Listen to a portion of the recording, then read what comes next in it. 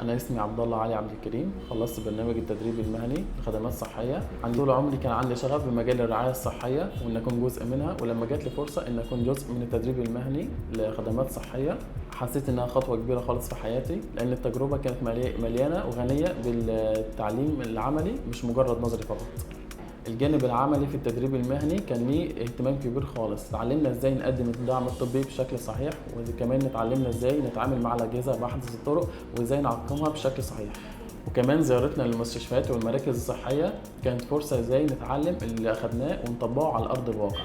وافضل حاجه ان التدريب العملي متقسم لجزئين، الجزء الاول معامل مجهزه بتدربنا بشكل مبدئي علشان لما نطلع مستشفيات ومراكز صحيه نقدر ازاي نشتغل بشكل صحيح، والجزء الثاني المكان كان جاهز وبيوفر لنا كل اللي احنا محتاجينه علشان نركز في التدريب من المعدات لحد الدعم المستمر من المسؤولين. كمان المدربين كانوا على اعلى مستوى وعندهم خبره كبيره خالص في المجال، وكل واحد منهم كان ليه دور مهم في توجيهنا. التجربه دي مش بس علمتني عن مجال الخدمات الصحيه، لكن كمان خلتني جاهز لدخول سوق العمل، وانا جاهز افهم السوق محتاج ايه علشان اكون مؤهل ليه.